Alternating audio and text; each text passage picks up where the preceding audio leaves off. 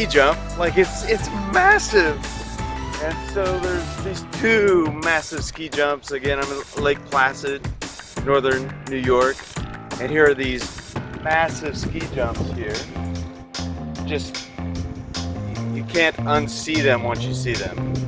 And I was thinking about the missional shift and how a ski jumper, as he gets ready to launch himself down this narrow corridor to release and jump and to see his distance, like the minutia of whether he moves a little bit left or a little bit right, and the degree to which that's going to change as he's picking up momentum, and just the shifts.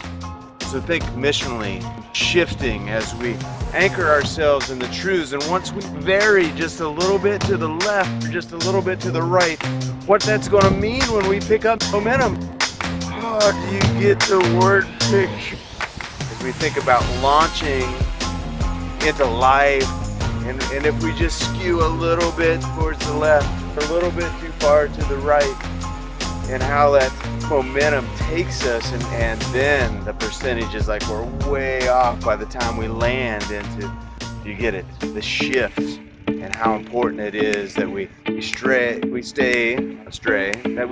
in the scene, not going too far ahead or lagging too far behind as we launch perfectly and yield and jump. And I think about our culture as we sometimes steer just a skosh to the left, just a skosh to the right, and what that's going to mean as we pick up momentum, and that when we land, we think we're kind of true north or in the center, but because we made a small, just a skosh of a motion way back here to the right or to the left, that we're like way off our mark by the time we hit missional shift.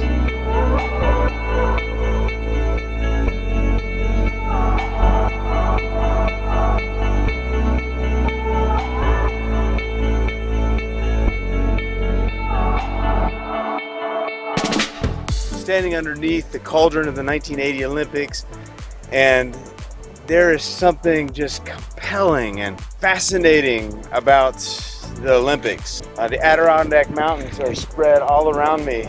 I can see where it's carved out on mountainsides where some of the Winter Olympics took place. But I'm standing underneath the cauldron here, and there's something, if I can use the term holy, it's set apart, it's special. There's something about like it's overgrown, turned into like a horse park. And I get it. It was like 40 years ago. But there's something about the shift, the missional shift of something that was once holy and is no longer found as holy anymore.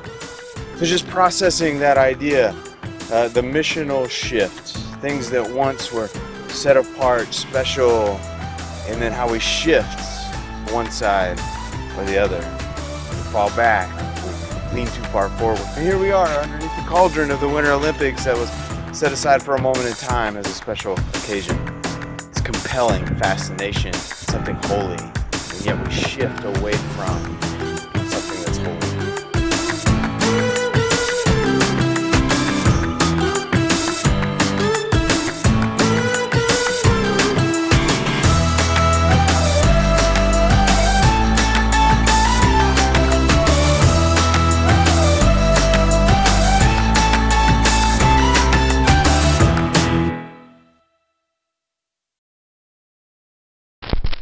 Cauldron, the Olympic cauldron, where they lit the torch in 1980, going way back to 1932, when the Olympics were held right here in Lake Placid.